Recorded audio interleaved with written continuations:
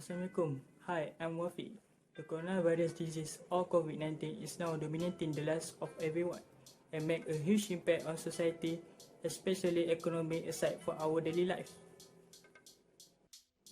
On 31st December of 2019, the World Health Organization was formally notified about a cluster of cases of pneumonia in Wuhan City, home of 11 million people and the cultural and economic hub of central China. In the following months, it spreads to other countries with cases doubling within days. Phylogenetic analysis suggests that severe acute respiratory syndrome coronavirus 2, known as COVID-19, originated in animals, probably bats, and was transmitted to another animals before crossing into humans at the Huanan Wet Market in Wuhan City. Drove adaptation as it infected more people, it mutated to acquire the characteristic that made it spread so quick and made COVID-19 much more dangerous compared to the common flu. COVID-19 spreads between people through direct and indirect ways, which mean through contaminated objects or surfaces or close contact with infected people via mouth and nose secretion. This includes saliva, respiratory secretion, or mucus droplets. These are released from the mouth and nose when an infected person coughs, sneezes, speaks, or sings. For example, people who are in close contact within 1 meter of an infected person can catch COVID-19 when those infectious droplets gets into their mouth, nose, or eyes. Since a vaccine for COVID-19 has yet to be developed, we have to socially engineer our behavior and act like social vaccine. This simply means two things, which is not getting infected and not infecting others.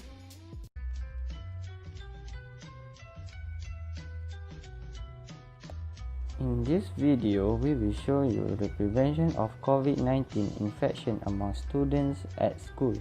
One of the ways to prevent is to wash your hands frequently. By washing your hands with the right technique, you can prevent the risk to get infected. This is because your hand touch many things and also your hand exposed to the virus and germ. Without our consciousness, we tend to rub our faces with our hand, leaving the virus and germs to infect our body through our skin. This video shows you how to wash your hand using the correct technique that approved by KKM. First, you wet your hand with clean and running water and apply soap. Second, lather your hand by rubbing them together with soap and lather the back of your hand between your finger and under your nail. Third, scrub your hand for at least 20 seconds. 4. Rinse your hand well under clean running water. And lastly, dry your hand using clean towel or air to dry them. We must sanitize our hand frequently to keep our hand clean. By using the same technique, we can apply using the hand sanitizer. First, you must place the recommended amount in the palm of one hand. Second, rub your hands together, covering your entire hand, including between your fingers and nails. Last, stop rubbing in the sanitizer only once your skin is dry. Assalamualaikum. Hello, I'm Shamim. Social distancing, also called physical distancing, means keeping a safe space between yourself and other people who are not from your house. In general, 6 feet or 1 meter of separation is the distance that should be kept between people interacting within their community. The overall goal of social distancing is to increase the physical space between members of the school community to reduce unintended exposure. After school reopened, to ensure continued teaching and learning and avoid any disruptions in the functioning of the school, it is imperative that schools follow social distancing during school hours and encourage members of the school community to follow social distancing after school. How can schools practice social distancing? First, keep 1 meter of separation between students. Rearrange student desks and common seating space to maximize the space between students. For example, turn desks to face in the same direction rather than facing each other to reduce transmission. Move class outdoor requires students to remain seated. Limiting lunch to classroom instead of in common spaces like school canteen.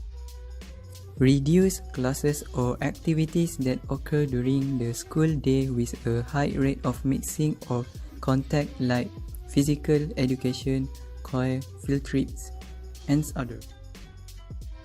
Cancelling or postponing after school activities like sports.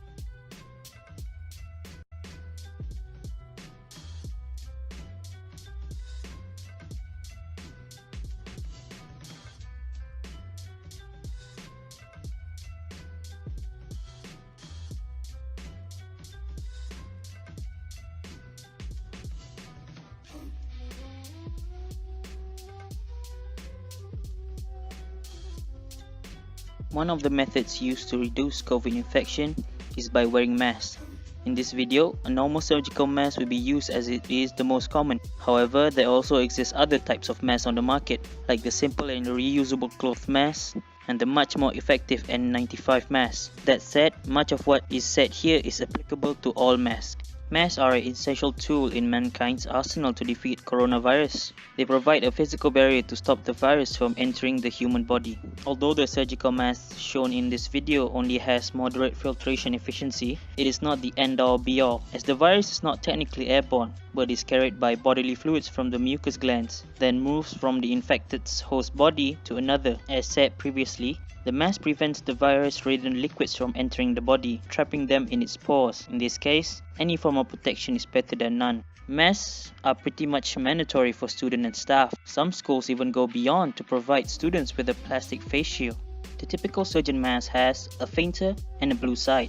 Be worn with the blue side facing away from the face. First, stretch and wrap the elastic bands around the ears. Next, the mask has a folded section. Pull it down until it wraps over the chin. The mask also has a section with a strip of metal that should be facing up. Then, press and bend said section, conforming it to the shape of the nose. Lastly, adjust the mask to proper fitment to avoid leakage around the cheeks. To decrease risk of contamination, WHO recommends the following. Wash your hands before putting on and taking off the mask. Avoid touching your eyes, mouth and nose and face. And dispose of worn surgical masks. Don't reuse them as they are contaminated. Students can also play their part at home besides wearing masks. They should check their temperature every day before heading out for school using a thermometer. They could either check it by themselves or ask someone to help them. This information could then be recorded into a temperature logbook every time the student steps out of the house and into the world. If the reading exceeds 37.5 degrees Celsius, they should stay home and self-quarantine or seek medical care to avoid possibly spreading the virus. So with all these methods in place to prevent COVID-19 infection, it looks like students can rest assured of their safety. Now, what would schools look like if these methods were put in place? What exactly would happen? The worst case scenario begins with a very rapid rate of infections happening at school because there are no countermeasures in place to slow it down. Why is this so bad? Death. Though young children, like students, may or may not be affected seriously by the virus, the adults and the immunocompromised, the teachers, staff, and family members of students at home are at risk of infection spreading from the school. To these groups, the virus could mean much more serious complications that could cause, at best, permanent damage to their lungs and at worst, costing their lives. Healthcare services. Now that schools could act as hub for infections, many people could get sick at the same time. If the numbers get too big, the healthcare system becomes unable to handle it. There aren't enough resources, like medical staff, or equipment like ventilators available to help everybody. People will die untreated, and as much more healthcare workers get sick themselves, the capacity of their healthcare systems will fall down even further. If this becomes the case, horrible decisions will have to be made on who gets to live and who doesn't. The number of death rises significantly in such a scenario. Mental health. Much has been said recently on the pandemic's effect on mental health. Aside from the obvious stresses like loss of life of family members and losing sources of income from deaths and being laid off, there are also other factors at play here. If more infections are to occur, the government will require action to be taken in the form of lockdowns and a return to social isolation. From the students' perspective, more schools and universities will shift towards online learning as school premises are closed off. As if the reduction of social bonding events like PE was not enough. In social isolation, the students might not be able to learn as effectively as a result of a non-conducive environment, feel left behind and out of touch with their peers, suffer from mental health degradation, and thus are more likely to develop symptoms of depression and anxiety.